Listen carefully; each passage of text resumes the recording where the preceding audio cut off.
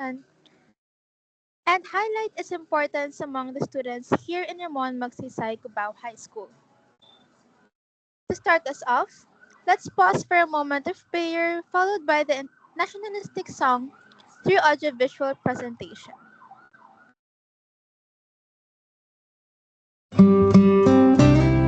Dear Heavenly Father, we thank you for gathering us all today in this important endeavor. We ask that you bestow your guidance and blessing upon each attendee. May we honor one another by keeping an open mind. May we voice our truth and listen with an open heart.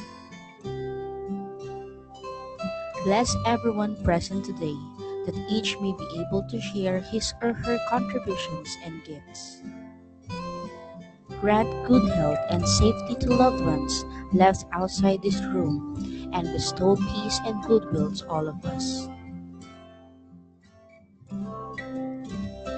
We ask for your wisdom and grace to use our talents for the betterment of others.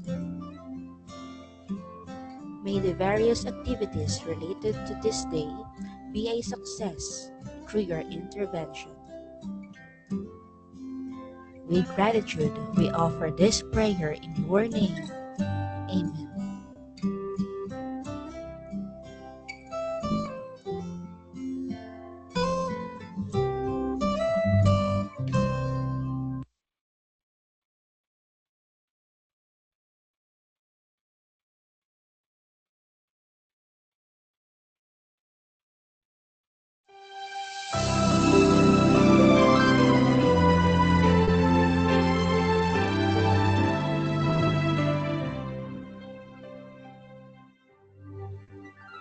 Ang bayan ko'y tanging ikaw, Pilipinas kong mahal, ang puso ko at buhay man sa iyo'y ibibigay. Tungkulin kong nagampanan na lagi kang paglingkuran. Ang bayan mo'y mabantayan, Pilipinas kong mahal.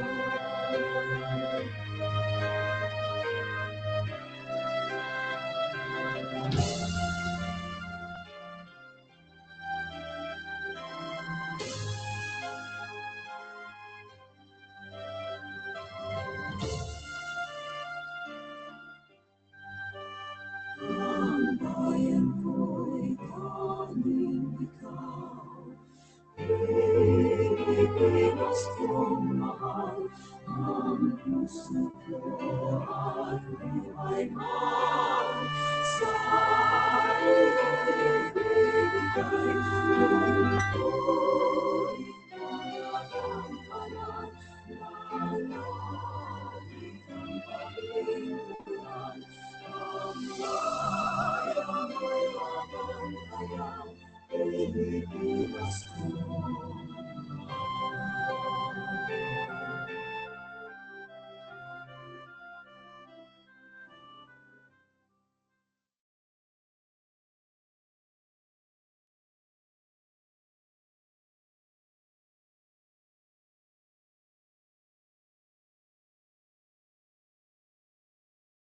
Alright, for our opening remarks, let's welcome the Research Club Treasurer, Ms. Rhea Gift I. Kiozon.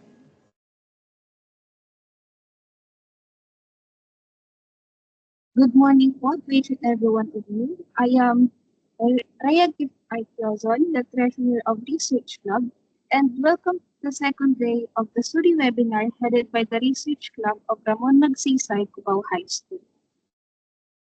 First of all, I would like to thank everyone who attended this webinar. We are truly grateful to have you here. Thank you so much for making time to join us for today's event. Your participation and support are exactly what make gatherings like this meaningful. I also want to acknowledge our beloved principal, Dr. Josephine Maningas, the head of science department, Mrs. Annabel Mejia, and to our very own research club advisor, Ms. Veronica Inor, for their unwavering and endless support and guidance. And to our research club president, Ms. Marga Lucero, and to the whole research club officers.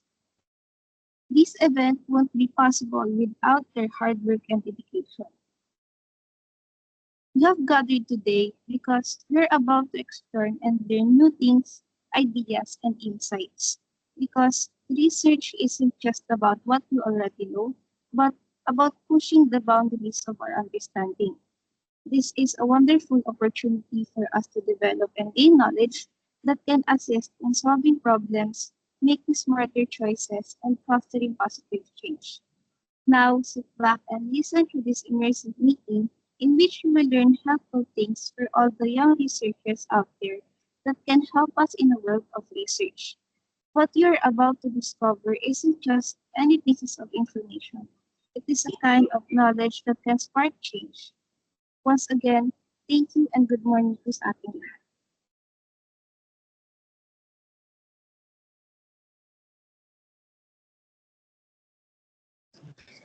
Thank you, Ms. Rhea, for the warming welcome remarks to all the participants here in this session. Now, let us call on Ms. Bea Bianca R. Aban in formally introducing our speaker for today's webinar. Now, let's meet our speaker, none other than a grade 12 STEM student from the city of Mandaluyong Science High School. She is known for her scientific vision as a student researcher. She is also a two-time division champion and regional winner since the 2023 Science and Technology Fair. Rihanna has also earned distinctions in the national level science investigatory project competitions, including becoming the Student's Choice Awardee and placing in the top 6 at the 2025 National Science and Technology Fair under the Physical Science Individual category.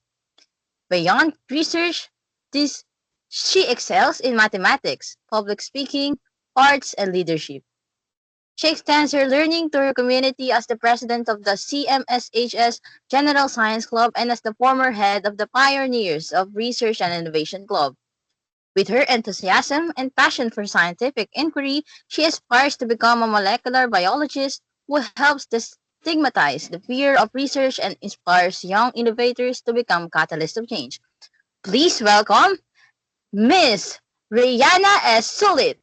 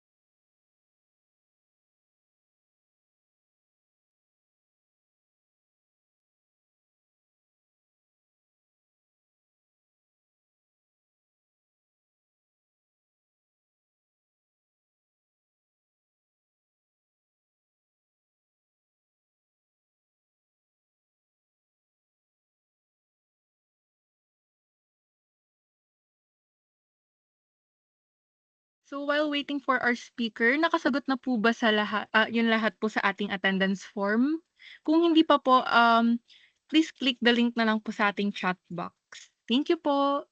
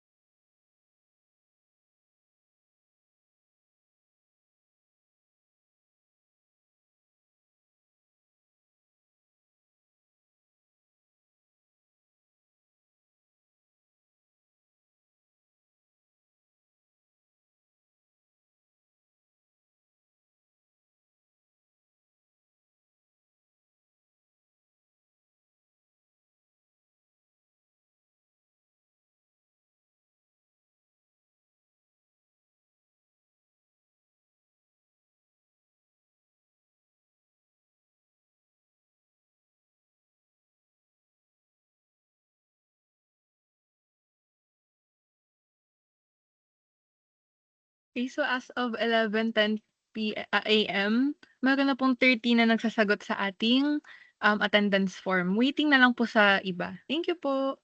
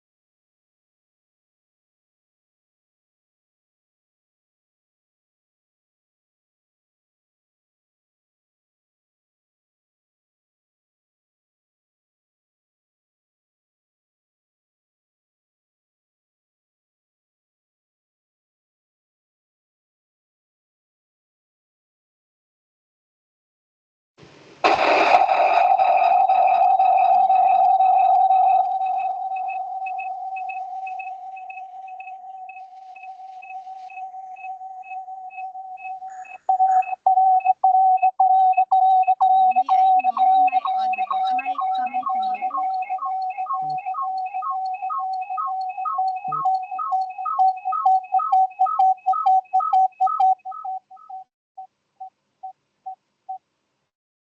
Am I coming clear po ba?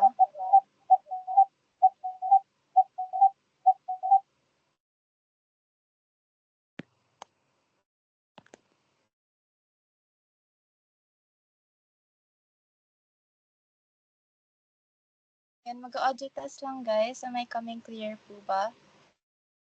Please chat na lang sa chat box so that aware ako if may feedback.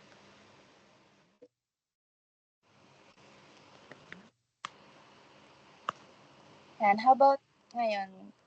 Clear ba siya or hindi pa rin?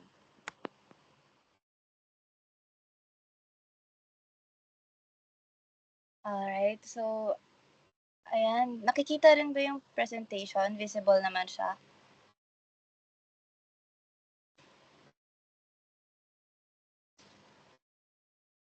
Ayan. So guys, please inform me na lang if humihina yung audio ko or medyo naglalag ako, ganun. Kasi di ako sanay sa Microsoft Teams. So anyway, first of all, thank you for having me, guys. It's such an honor to be able to share insights with you in the name of research and innovation. Ayan, in the name talaga, akala mo talaga. Ayan. So anyway, allow me na lang to introduce myself ulit. Hi guys, I am Rihanna Sulit, currently 12 STEM student ako from the city of Mandaluyong Science High School. Ayan, yes. Ano pa, from Manda pa ako. Kaya nung in-invite ako na mag-talk, di ba, binabasa ko yung invitation. Tapos ate mo, girl, sobrang sabog ko nung binasa ko yun. Tapos akala ko, face-to-face. So sabi ko, shucks, paano ako magko-commute? Strict parents ko. Strict! Alam mo, si Etafil, pinanghihiramas ko mga gagabi. Pero yun, so, good thing na lang na online pala to. So, I would be able to share insights with you guys. And, mabalik ako. Baka akalain nyo, naligaw lang ako dito. Actually, guys, I'm an alumna of the National Science and Technology Fair. So, isa sa NCR teammates ko, si Marga, your Research Club President. And so, ano ba yung NSTF na yan? Well, guys, in a nutshell, yung STF is yung most prestigious na pre-college research contest among public students. So, before ka maka-nationals, meron tayong district or division level. Sa amin wala na kasi kaming district level. Nasa division agad. And then, after nun, may tinatawag tayong regional level na dapat panalunan. So, dapat maka-first sa Mandaluyong dapat maka-first place ka sa division, then ikaw yung ipapambato sa regionals. And then, if maka-chamba ka sa regionals, ayan, ako nakachamba. Nakarating naman ako ng nationals, so naawa naman sa akin si Lord. And nung NSTF na guys, sabi ko, oh my goodness, Rihanna, stop kung gusto mo pa mabuhay, ayan. Kaya so di ko na pinush na makapag-international. Kala mo may choice, ayan. So ayun, nag-in-game ako sa ganda-gandahan nun. Ayan. Ayan yung picture ko guys, by the way. Totoo yan, promise. Tapos, ay, 30 minutes lang pala yung meron ako. Ang yapper ko ba guys? Sorry na lang if yapper ako. Pero, so ano bang nilaban ko sa NSTF? Well guys, actually, sumali ako nung grade 10 tsaka 11. So, grade 12 ako ngayon, okay? And in both years, ang category ko is physical science individual. So, since individual ako, wala akong teammates. And kapag naman sinabing physical science, ayan, makibabasa nyo, PSI girly. So, that stands for physical science individual. Pag sinabing physical science, we refer sa mga non-living systems. So, mostly, ang covered ko is chemistry, physics, ganyan. So, later, papakita ko yung mga titles na nilaban ko. Huwag nyo na lang i-judge, guys, utang na loob. Alam ko magagaling kayo, so huwag nyo na lang sana i-judge yung titles ko later on. But at the same time, ikikwento ko rin kung paano siya naparating sa national level. Ngayon, for this session, the question is, does a novel project always have to be mind-blowing invention? So guys, let's put things muna into context. In my discussion, I would like you guys to take the term mind-blowing as number 1, ambitious, and number 2, may wow factor. Kasi syempre yung mind-blowing, super subjective nun eh. Like, how would you take something as mind-blowing ba? Like, para sa kanya, hindi to mind-blowing, para sa akin, mind-blowing. So, into context, sa discussion today, may dalawa tayong definitions ng mind-blowing. Isa, if it's ambitious, and if may wow factor siya. Ngayon, ang tanong is, kung ang tanong is, dapat ba ambitious ang isang novel project? Para sa akin, so para sa akin, no, not necessarily dapat ambitious ang isang project. But if you ask me, if a novel project have to have a wow factor, and yun ang kinoconsider natin na mind-blowing. Yes. Yes, guys. Kung gusto mo mabuhay sa defense, that's the key. And from this now on, guys, magiging very practical ako sa mga sasabihin kong tips, mga i-discuss ko, okay? So, kung mapapansin nyo na di ako tunog na, ayan, may konting katunungan naman ako, guys. Pero, magiging very practical tayo for today. Ayan. So, ngayon, let me justify kung bakit ko sinabing hindi kailangang ambitious ang isang novel project.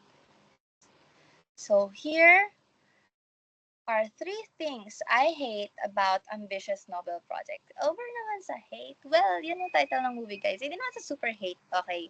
Pero siguro ito yung downside ng pagiging super ambitious sa novel projects natin. First, ayan, if ever pala may mga concerns or may gusto kayong erase, pwede kayong mag-on lang ng mic so that I can address. Ayan. So, first reason, bakit hindi ako nag-ambitious novel projects? Una, kasi pag ambitious yung project, hindi siya meaning na magiging successful. Usually kasi guys, yung mga ambitious projects, super complex. So, canon event na siguro kung magka-eureka moment ka, tapos isipin mo, ito na yung solusyon. But in reality, guys, what you search sa mga scholarly search engines like Google Scholar, mga Science Direct, ganyan, tip lang yan ng iceberg. So, unless kaya mo magpa-excuse ng buong taon at magbabad sa research, give it up na if super ambitious yung study. Ano ba to si Ate Rihanna? Motivational speaker pa ba siya? Di naman siya nakaka-motivate. Guys, ang akin lang naman is start small. Masyado kasi tayong nagfo-focus minsan sa big things that we forget the small things na malay natin, di ba? Paano kung yung small thing pala na yun is yun yung sagot sa cancer, right? So, dun kayo sa simple studies lang, pero nakaka-wow na. So, mas maganda kasi pakinggan sa defense na it was discovered that kesa sa highly potential yung study but it failed to blah blah blah kasi super ambitious siya na hindi na siya naging feasible and hindi mo na na-complete yung study. So again, start small. Hindi nyo kailangan maging ambitious agad-agad. So second reason naman, bakit hindi dapat ambitious is price over pride. Usually, di ko nila lahat ha, pero pag ambitious goals kasi, costly sila. Dati, pinlano ko gumawa ng plastic eating mushrooms, pero like, nakita ko na makaka 50,000 to 200,000 k ako, 200,000 ako doon. Di naman ako anak ng contractor, tapos di na naman ako tumatay ng pera. Pero, ayun, meron din akong isa pang study naman na 80 pesos lang yung ginastos ko sa raw materials ko. 'Di ba? Like 80 pesos, makakagawa ka na ng study. Ito yung study na yon. Papakita ko. It's entitled Absorption of Cellulose in Pandanus amarylifol loose leaf fiber as a potential plant-based alternative sa SAP in commercially available disposable diapers.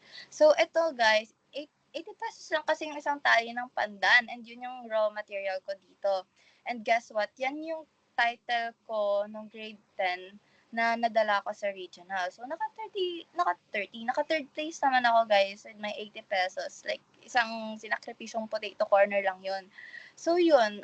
What I'm trying to say, guys, is price over pride. Pakawalan mo yung titles na hindi naman cost efficient and babaan mo yung, I mean, like, if tingin mo hindi naman siya kaya talaga, kailangan mo na siyang pakawalan. And kasi sayang yung time na sana pala naghahanap ka na ng ibang studies na mas workable pala at a lower price. Kasi kapag sa defense, mas matunog pakinggan yung mas cost efficient siya kumpara sa iba. Syempre, money runs the world, guys. Mas gugustuhin nila yung mga solusyon na makakamura ka lang. At the same time, significant siya. So, saka ka na mag-aura farming once successful na yung study mo or mas naka-progress ka na in life and may luxury ka na para magkaroon ng mga costly na mga research projects. And also, if naman pricey yung study mo, I suggest na mag-request kayo ng grants. Maraming mga facilities ang nagsusupport sa research projects. For instance, yung DOST. Ako, personally, nakakuha ko ng grant from PNRI. Ayan. So, hindi ko nilalahat yung prize over pride. Pero if you're given the chance, and if wala na pala kayong choice, I think it's time na mag-dwell kayo dun sa mga studies na cost-efficient siya. And next reason bakit hindi kailangang ambitious ang ating studies because time is a resource. This one naman is a very practical reminder for students. As students kasi meron tayong exams, contests, performance tasks, role plays, at kung ano-ano pa na iniintindi.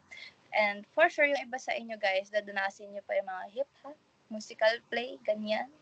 Ayan. So, ang research is a full-time 24/7 job para sa akin. And last year, oh my God, guys, di ako mukhang tao nung nag-recognition. Parang halatang 3 piraso na lang yung red blood cells ko, tas isang pikit per month na lang yung nagagawa ko kasi pinili ko noon mag-research for like 7 consecutive months, ganon. Like, araw-gabi ko kasama yung research ko, daig pa mag-asawa. So, like, yung mga kaklase ko, pag sinasabi yung pangalan ko na Rihanna Sulit, yung mga letra na lang yung nai-imagine nila kasi hindi na nila alam yung mukha ko. Ganon ka tedious ang paggawa ng research.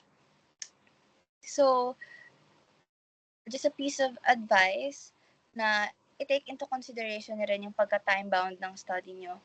Like, saka ka na maging ambitious sa research once you earn na the luxury of time or if you're capable na sa pag-juggle ng lahat. So, if most ng audience dito, mga grade 9, grade 10, ganyan, medyo hectic pa yung schedule dyan. So, I'm not telling you na wag mag-research. I'm telling you to act smart based sa paggawa ng research titles pa lang. Kasi yung research titles na yung magiging blueprint natin, di ba? Alam naman na natin na yun yung dadaanan natin hanggang sa dulo ng research, hanggang sa chapter, sa pinakadulong chapter. Ayan. So again, ambitious studies are not always successful. Price over pride, guys, and time is a resource. So next naman, guys, kung bakit ayoko ng, kung yun yung dahilan kung bakit ayoko ng ambitious projects.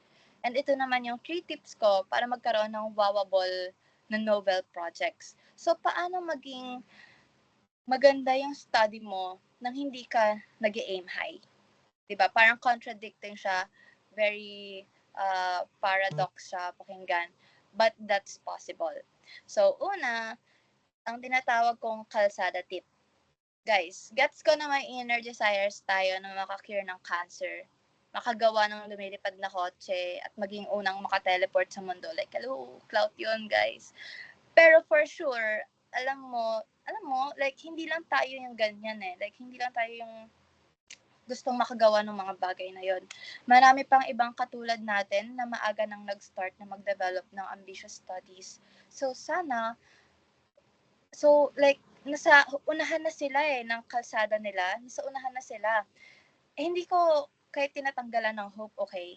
I'm telling you to find your own kalsada.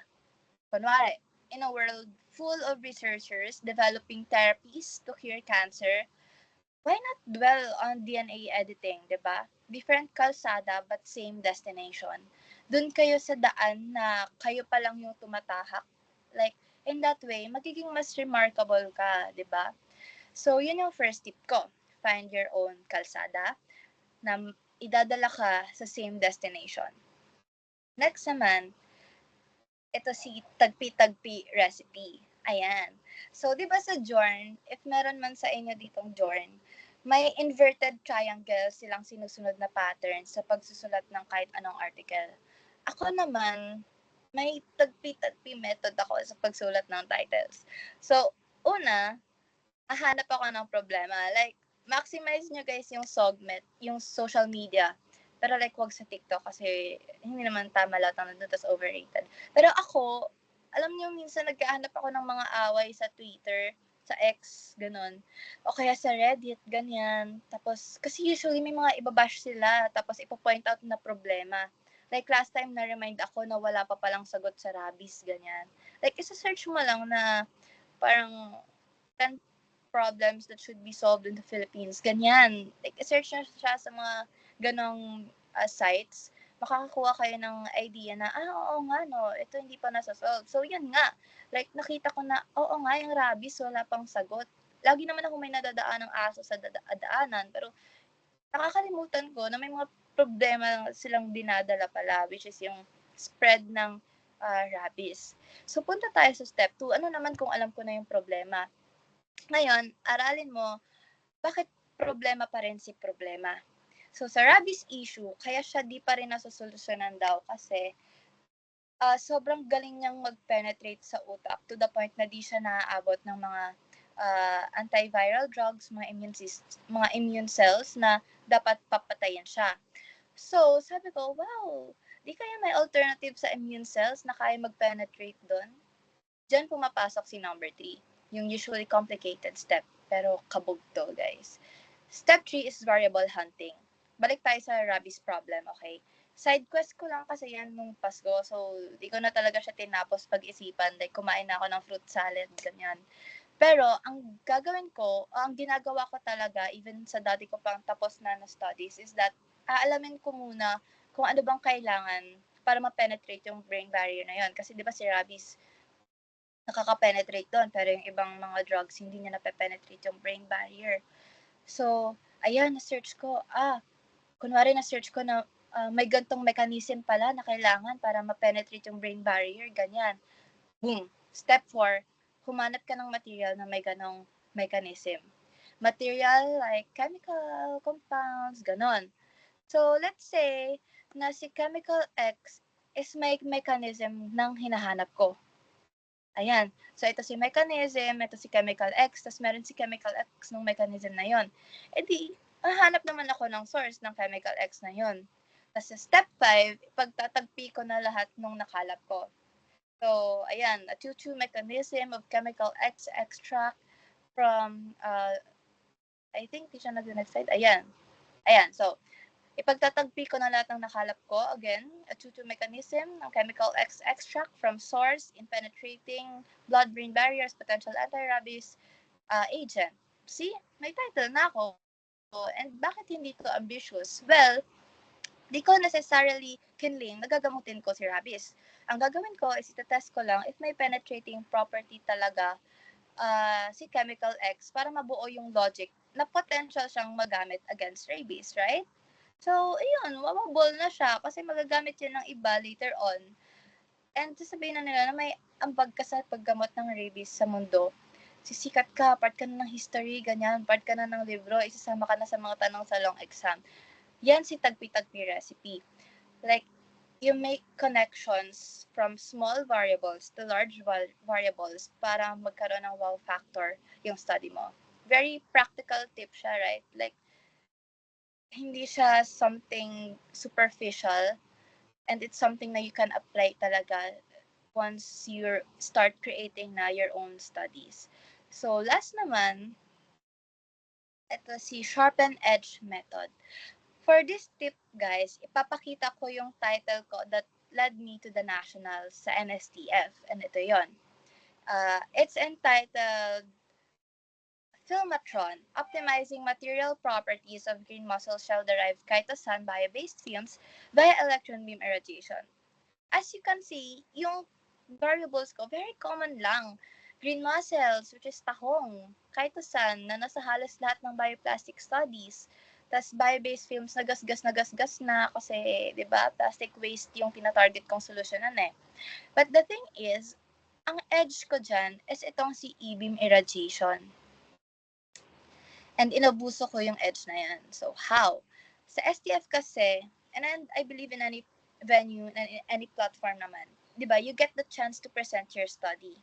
So, take that opportunity, guys, para i-amplify yung good features ng study mo and make it wowable. May E-beam irradiation na ako eh.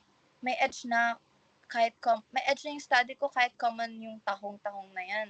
So, need ko na lang hasain yun. Right? So, maximize the findings you can derive from it. Here's how I did it, guys. So, 2 things I knew were that, una, E-beam can affect material properties. Pag sinabing material properties, yung tensile, heat resistance, hydrophobicity, material properties yan ng bioplastic. Those are very crucial properties ng plastic. Pero plastics are non-biodegradable, right? So gumagawa tayo ng bioplastic. And the common ingredient is chitosan, a biopolymer.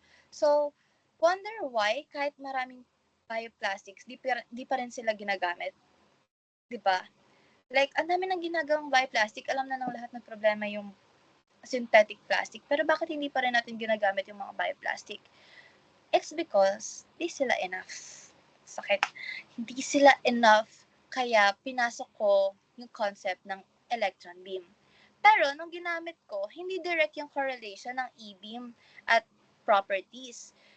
Like, hindi sila directly in a sense na di porket mataas yung kilogray na i-irradiate ko sa plastic, is maganda na rin yung plastic. Hindi rin porket mababa yung ilalagay ko, is maganda yung plastic. Like, wala silang direct correlation. Yun yung naging crucial finding ko. Na parabolic pala ang effect ni e-beam.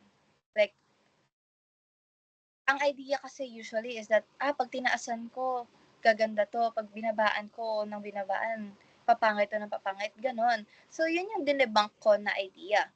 Na-discover ko na yung approximate optimal threshold na 40 kilogray ang makakatulong lang sa maraming bioplastic na maging mas maganda. So, ito yan, yung nasa gitna. Ito, third, na nasa glass slide. Ayan yung inarradiate ko ng 40 kilogray. And based sa results, yan yung may pinakamagandang material properties. Hindi yung may walang kilogray, hindi rin yung may highest kilogray. So, itong optimal threshold na 40 kilogray, makakatulong siya sa maraming bioplastic manufacturers kasi if ang thinking is the higher e-beam, the better, magsasayang sila ng bonggang-bongga kasi nasa 30K ang isang salang ng e-beam eh. And sa PNRI lang meron nun. So, naging groundbreaking yung study ko. Ganyan ko sinarpen yung edge ko na e-beam sa study. Di siya ambitious, like yung goal ko lang mabawasan yung plastics and all. Pero may wow factor siya. Perhaps some of you think na insignificant, guys, yung ganyang studies. But trust me, hindi siya insignificant. Like, super halaga niyan. And if you can't believe that, let me tell you about the 1% principle. Ayan. So before I end my talk, let me introduce to you the 1% principle. This principle, guys, focuses on making small changes or marginal gains 1% at a time. So, alam nyo ba na may mathematical representation yan? Math? Ayoko ng math, pero, ayan. Makikita mo dito na ang 1% improvement ay nag-lead to being 37.78 better than the first day. So, if may 365 days tayo sa isang taon, and every day you make 1% improvement than the previous day, by the end of the year, you'll become 37.78 better than day 1. Pero kapag naman 1% worse ka, so if 1 ka at nabawasan ka ng 1%, you'll become 0.99, right? And ginawa mo yan for 365 days or 1 year, 0.03 lang yung improvement mo sa dulo ng taon. And di yun cute, guys. Like, galingan natin. May mga binubuhay tayong nepo babies dyan. Ayan. So, in other words, hindi mo kailangan maging ambitious and sumobra sa 1% na tinatawag. Kasi lahat ng bagay, guys, ay multifaceted siya. And 1% at a time is more than enough. So, balik tayo sa question. Does a novel project always have to be a mind-blowing invention? No. But does it make the world 1% better?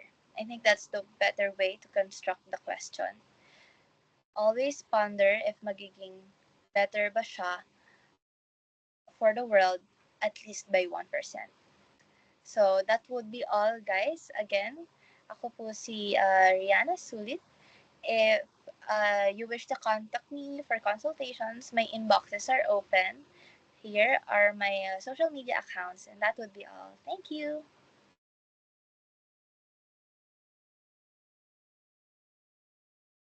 Wow! Ayun, ang dami niyang nasabi and it's all informative, right? Na parang hindi siya isang grade 12 student, na parang nasa college na siya. Kasi I'm very amazed, really. It's genuine.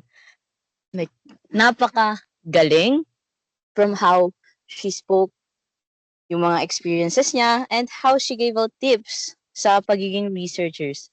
And one thing na pinaka nagustuhan ko dun in all of the things she said was that never be too ambitious. Of course, maganda maging ambitious. Pero yung part na very extravagant, yung todo-todo, it doesn't need to be that like that. Pati yung 1% rule, you just have to be better 1% each day. And you'll make it out, especially at the rest of the year. So again, thank you so much po, Ate Rihanna, for that very wonderful, informative talk. Like, grabe sobra. And I'm sure naman na yung ibang tao dito may tanong sa utak. So now, we'll open up our Q&A portion. Yung mga gusto magtanong, leave a message sa chat box po. Thank you.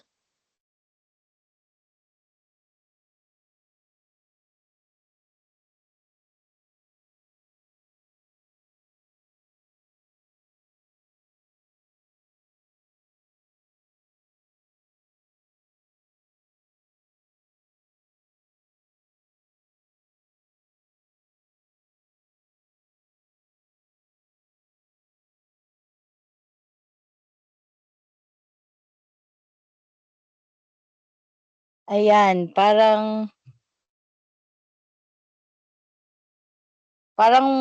hmm, hindi ko alam kung hindi naglo-loading tong chat box ko or wala lang talaga nagtatanong. Pero feeling ko meron yan. Ipilit natin.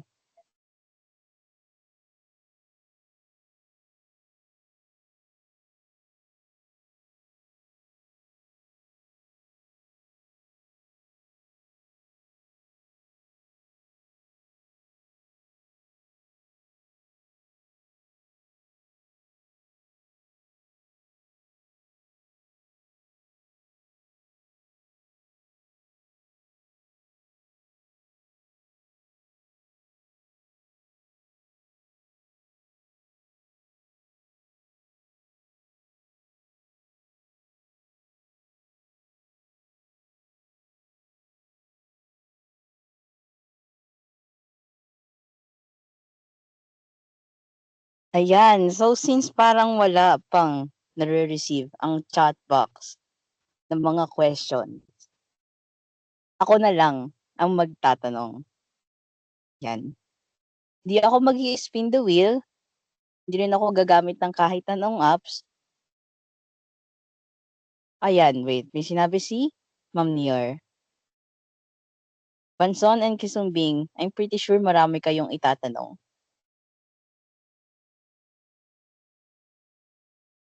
O mga Banzon and Kisumbing people, where are you na? Ah, Santos. As well as Santos. Feeling ko may mga kakilala ako dyan. Banson, Kisumbing, and Santos.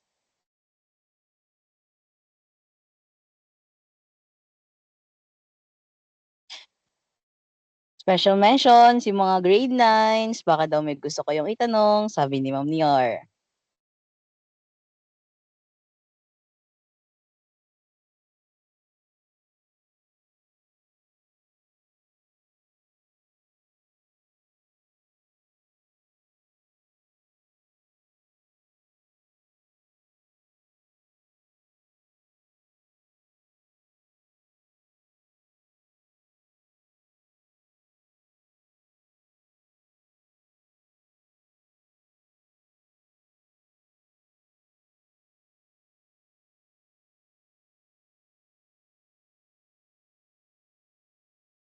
Okay, since mukhang wala pa rin tayong nakikita.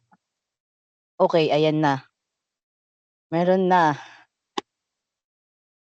Okay, Ate Rihanna, here's the question. Ano if ever po na magko-continue kayo sa research in the future, physical physical science pa rin po ang pipiliin niyo as category and why po? Oh, so yung tanong niya is about your life po, ate. Go. Ayan. So, ako personally kasi, physical science yung naumpisahan ko. Kasi parang gusto kong may napoproduce ako lagi na product, ganyan. Actually, ngayon, nasa research pa rin naman ako, pero hindi na sa STF. So, may isa akong sinasalihan, and doon naman, robotics yung line nung ginagawa kong title. So, in the future, if pa-continue ako, siguro I would choose naman um, ibang categories na kaya ko pa rin applyan ng mga natutunan ko from the physical science. Kasi, like, super fascinating kasi ng world of research eh. Sa robotics, makaka-imbento ka ng mga bagay na super patok sa generation ngayon kasi more of technologically inclined doon, di ba? Tapos sa math naman and computational sciences, bubuo ka ng mga bagay na binubuo ng mga taong pinag-aaralan natin sa math. Sa life sciences naman, more on medicine, super relevant sila. So, I suggest na on your part then guys, huwag kayo mag-stick lang sa isang category. If you have the time and the passion to explore other fields, go. Marami kayong makikitang fascinating na mga bagay sa iba pang fields na meron. Ako personally, magde-delve ako into other categories pa once ipapursue ko yung research in the future. So, ayun lang. Ayun, so it seems like ang sabi ni ate, magta-try siya ng bago. But physical science will always be in her heart since ayun nga ang naging mga experiences niya dati and pwede niya raw ma-apply yun in the future. May mga tanong pa po tayo? May mga pahabol pa po bang mga magtatanong?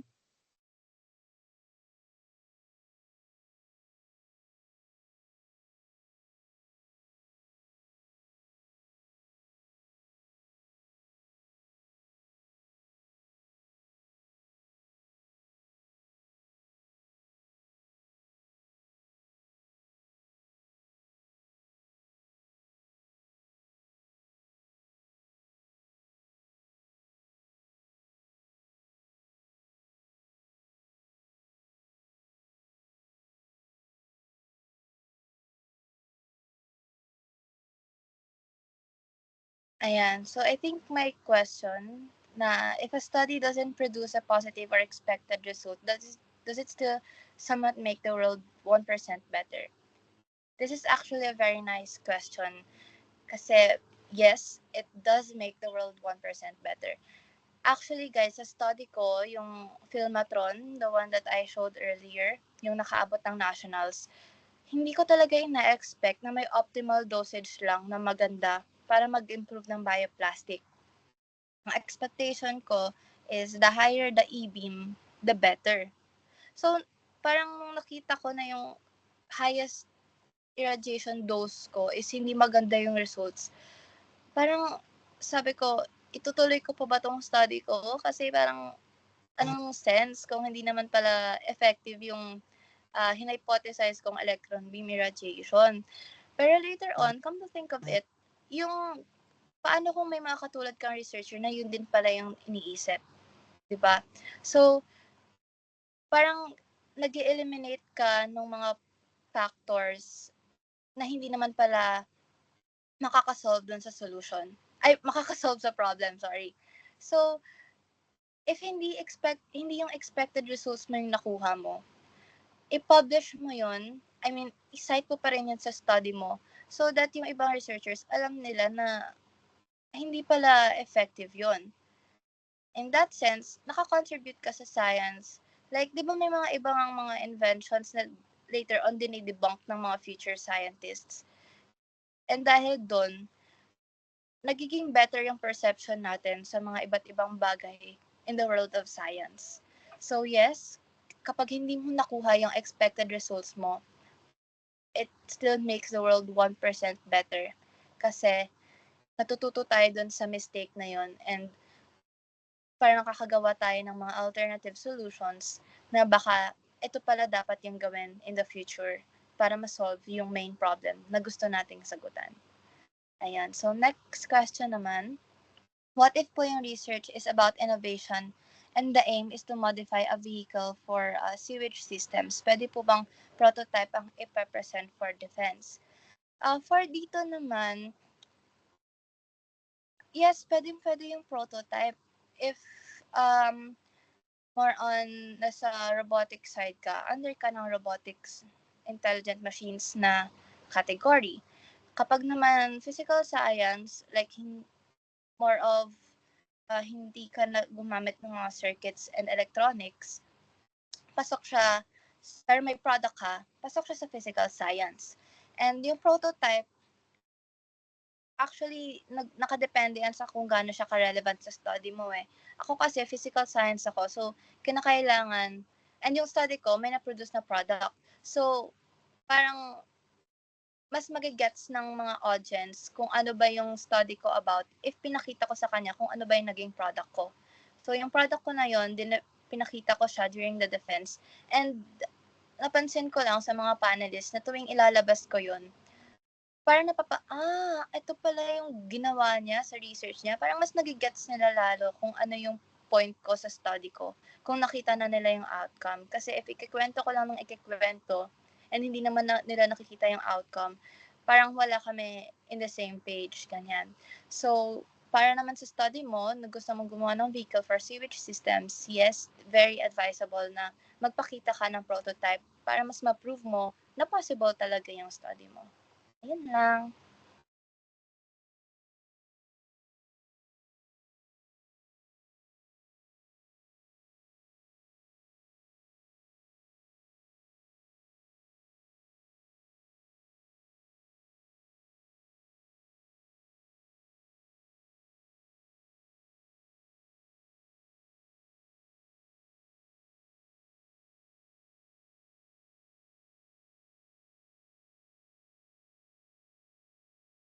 Ayun. So that concludes our forum part or question and answer portion. So may we call on Ate Margalo for the acknowledgement of the speakers. Okay, As okay. please Okay, wait so lang thank po habang okay. nag-represent si Ate Marga ng slides.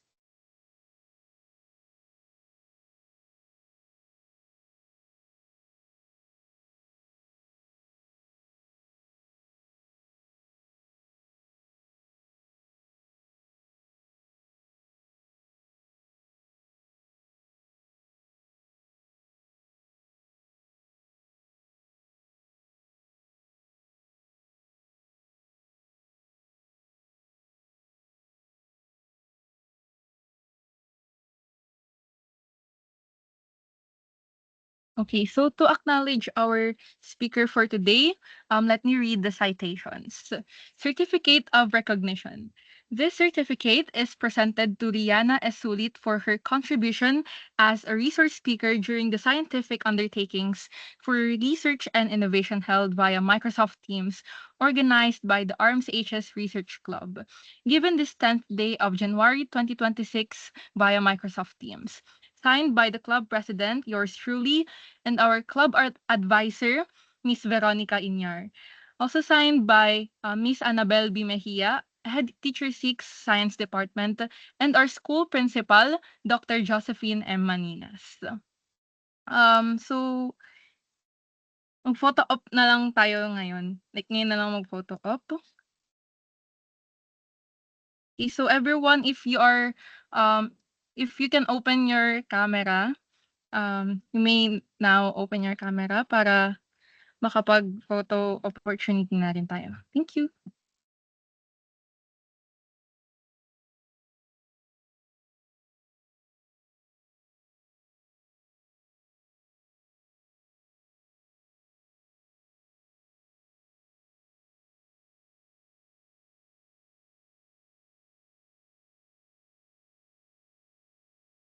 And next slide. Yan, screenshot ko na rin.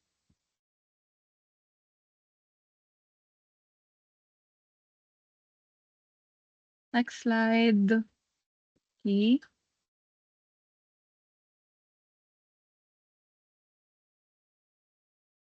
Slide.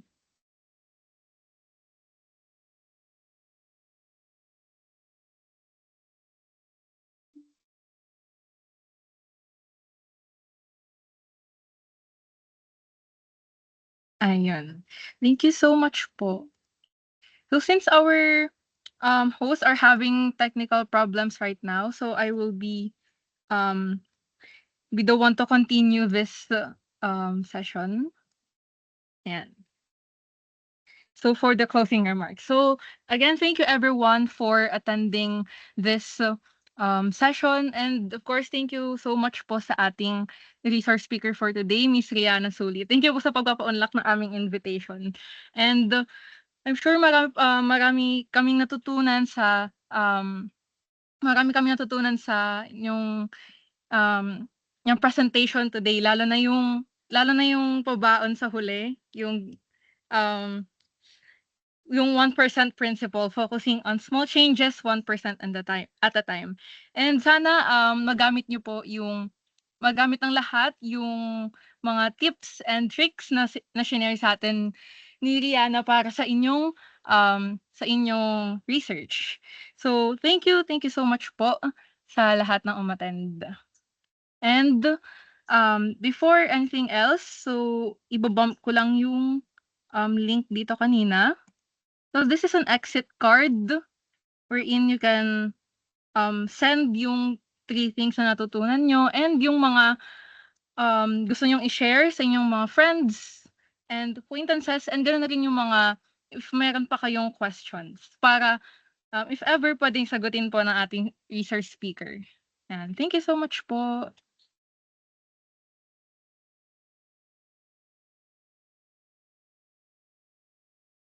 So that concludes our today's session of Scientific Undertakings for Research and Innovation. Thank you for attending this event, and I hope marami kayong natutuhan sa araw na to. And again, hindi pa dito nagtatapos dahil meron pa tayong session next week. And thank you so much po.